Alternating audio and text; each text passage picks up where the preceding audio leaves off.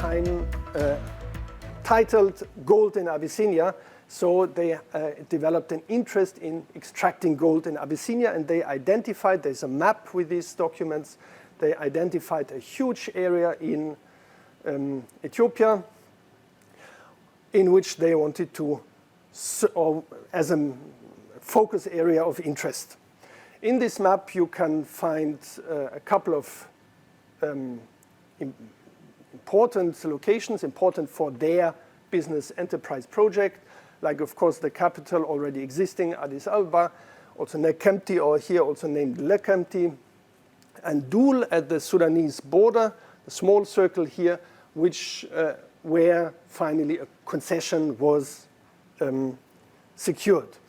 You'll find names for several regions. Important will be particularly Beni Shangul, also named here Beni Shagal, and you'll find ethnonyms also in historical language no longer used today. So one concession has been secured for mining in Dul, in Beni Shangul. This is a specific region in Ethiopia. Abyssinia is just somehow the European or Italianized name for northern Ethiopia. Beni Shangul has always been more attached to Sudan or cross-border context. It is mainly still inhabited by the Berta, who have historically much connection to Sudanese population in the neighboring Sudan. Among them, influential families, the Wetawit, which also formed kind of local nobility. Oromo are there, of course, and since newer times, 1985, also Amhara, due to resettlements during the Derg era from Wollo. So Beni Shangul plays a specific role. It has always been a kind of a buffer zone, military-wise, a borderland, but we know borderland is also there for traffic and trade. It's kind of in-between zone, and it has always been considered as a reservoir for slave and gold for both dominions, Ethiopian and Sudanese, in the area. For a long time, Beni Shangul has not been Ethiopia proper, but belonged to the Sultanate of Funch, respectively Sennar, then became part of the Ottoman, respectively Egyptian empire or territory under Muhammad Ali Pasha. It was only 1898 that it was annexed by Ras Mokonne Wulde Mikhail on behalf of the empire of then Atse Menelik II, which was followed by Haile Selassie. And of course, this new region, in the margins of the Ethiopian empire, always was involved in regional tension with the neighboring Wollega. What we have in Beni Shangul is a resource-rich hinterland. There is a chance for gold mining, resource extraction, which is done until today, and we have all effects starting then continuing until the present. That means marginalization, expropriation, and ongoing violence. So who was part of that syndicate, the German Study Syndicate? It was, first of all, the founding members. Erwin Mitte among them, together with his companion, Krinner. They were in the textile industry, and a couple of other businessmen, in fact, only men. The most important member of the syndicate was Karl Eugen Schmidt. He was managing director, and then later on he went onto expeditions into Ethiopia. More on him. So we have already different actors. The one who is mediating, trying to access the Ethiopian government, court and government, and the financiers in the background. Another professional has been hired, Max Arendt, who has been a geologist, professional, hard-boiled natural scientist with working experience in South Africa and Cameroon, so under colonial conditions, of course. And he and Karl Eugen Schmidt will become kind of opponents in this play, which is kind of emerging. The German businessmen, Swabian, southern German businessmen, by the way, they looked out for money and co-investors, and therefore people have been approached and involved, who were experienced already in colonial business projects, like Albert Hahl, who was the former governor of German New Guinea, and the OMEC, Otavi Mining and Railway Company, was also approached and commissioned to take over extraction in Benishangul. And this is a company which apparently is still existing today. You will know all these railways which connect extraction sites directly to a port from which resources can be transported away. And it was often OMEC who built these kind of extraction railways. A proper research foundation has also been founded for a couple of years in order to attract further investors and money. Official Germany was involved. Famous Friedrich Rosen, German diplomat, he endorsed the whole project and gave a kind of an expert view, saying, yes, this probably is this project is suitable, it's operationable, can be done. Germany will support such endeavors. And the German legation, since long time already present in the Ethiopian capital, and its staff also was involved also on a very personal level. As the story goes on, of course, Germany becomes a Nazi state, and also the embassy and representation becomes or remains an institution of the German, now Nazi state. In Addis Ababa, there was even a chapter of the NSDAP, the National Socialist Party, abroad, which of course interfered or tried to interfere during a couple of years. Official Ethiopia has been part of this endeavor, and that means, first of all, Ras Tafari Mekonnen, later Emperor Haile Selassie I, who signed himself a number of contracts. Ras Mekonnen Demesau was the governor of Wolega, Leka, and Guduru, who kind of took a working management of this project. And last not least, certainly not least, most interesting is a certain Sheikh Shogali Hojali or Hwajali al-Hassan, who has been the nominal tributary ruler of Benishangul. Haile Selassie had quite an evolved idea of how to develop Ethiopia, and he therefore had to devalue also local nobilities and local rulers. So he insisted on taking these representatives to Addis Ababa, where they could live, but he could not fully interfere that they interacted or interfered or ruled part of the places where they were coming from. And Sheikh Hwajali was certainly a very rich man. He was one of the richest of these tributary rulers in Addis Ababa. Why? Because he was trading, or famous for his trade with child slave labor. And he survived for long because he was a declared political opportunist. So he always tried to change and get on the winning side of in between the conflicts between the Mahdis and the Ethiopian imperial court, and also later on between the Italians and the British. And also he died in a campaign where the Italians had forced him against the British. So let's look into the material. 1928, Schmidt is sent as a mediator to Ethiopia, Addis Ababa, and he cables back from there. And he says, arrival in Addis Ababa, all fine, gold, platinum, according to a first impression, exploitable object found, send report, aren't still in the region. So the German businessmen, of course, are alert and are hoping the best. But very soon there is a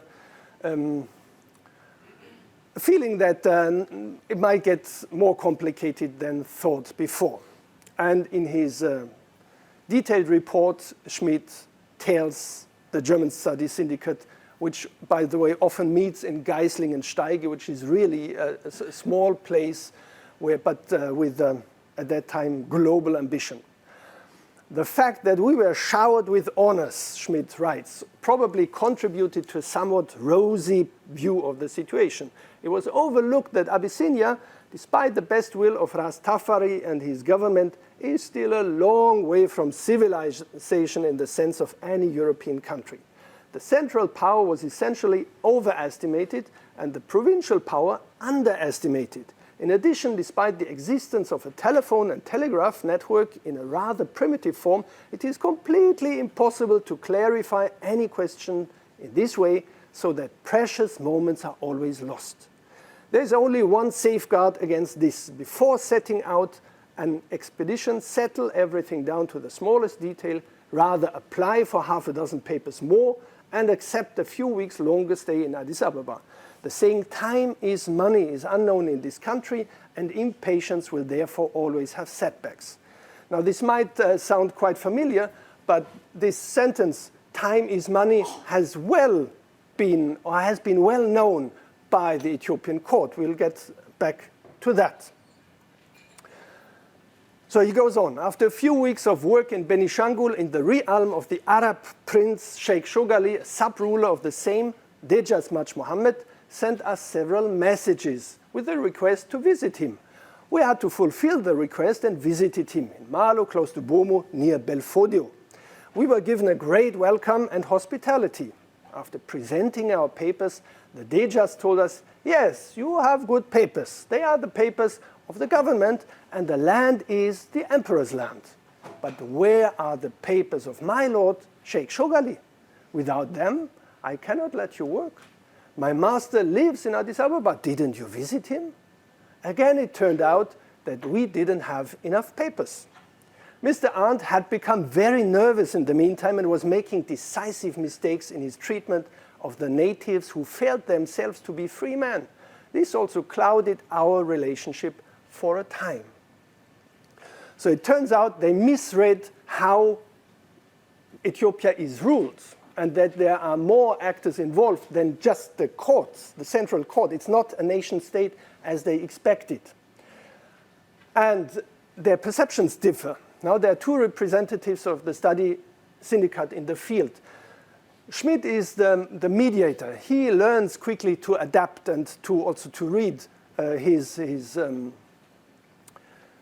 interlocutors. Arndt is the hard-boiled national scientist. He wants to get things done, but he oversees that he is not in a colony. So this is a kind of post-colonial setting. And conflict is emerging. It's a kind of a crime story, and it's all about money, of course.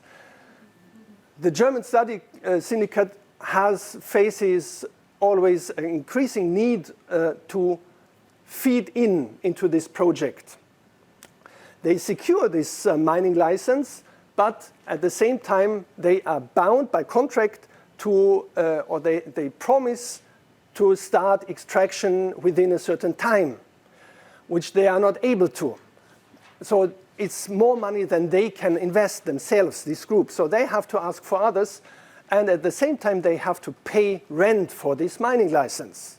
So time as a meaning of control is very well known by the Ethiopian court.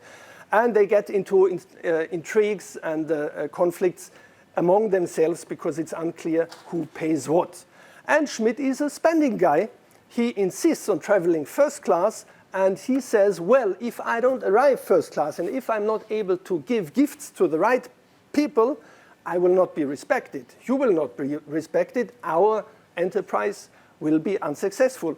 So you have to understand you have to pay for that. And of course, there's a lot of discussion because the Swabian businessmen are more, would be certainly more prudent on this. And when Schmidt buys 2 new machine pistols for the king, there is some opposition in the group. So why didn't you know about that story? Because it never came true. The Italo-Abyssinia War quickly finished with this enterprise. The group itself manages, because they have connections, to, also via Schmidt, to Göring, they managed to set up a legal opinion on their behalf, which is useless in the end because Hitler is much more focusing on the Soviet Union and has no interests in conflict with Mussolini on Ethiopian issues. But this legal opinion lists what they would have been entitled to. That means mining concessions in Western Abyssinia, 87 square kilometers, all kinds of minerals. Furthermore, contracts concluded with Haile Selassie, among them the purchase of German goods by the Ethiopian states worth 50 million Reichsmark, of course technology, 5,000 square kilometers at free choice for the agricultural cultivation of cotton and oilseeds. Think about reasons for war now in Ethiopia. It's also about oilseeds and agricultural products. Further mining concessions also on petroleum, the monopoly of power supply in the capital, the establishment of electric road and suburban transport. This means, of course, the tramway, which we have today, but only since a couple of years, realized by a Chinese company, air connection, and some industrialization project, as well as the monopoly on alcohol production and sale for both pleasure and industry needs. So a lot of this is very interesting material, although it has never come true, because you can have a lot of pathways to think about it. For example, the idea of post-coloniality is presents itself in another way that we might have it in mind today. So there are power asymmetries and dependencies between these different actors, but they all have complex interests. And it would be certainly too simplistic to speak of powerful and powerless, as in colonizers and colonized. They're all intermingling. They don't know each other from the beginning. They start to learn each other, and they also learn to communicate and to respect or intrigue against certain interests. So Schmidt is very soon on eye level with Shogali and Rastafari, and knows how to play the game, how to get into contact, how to get what he also wants.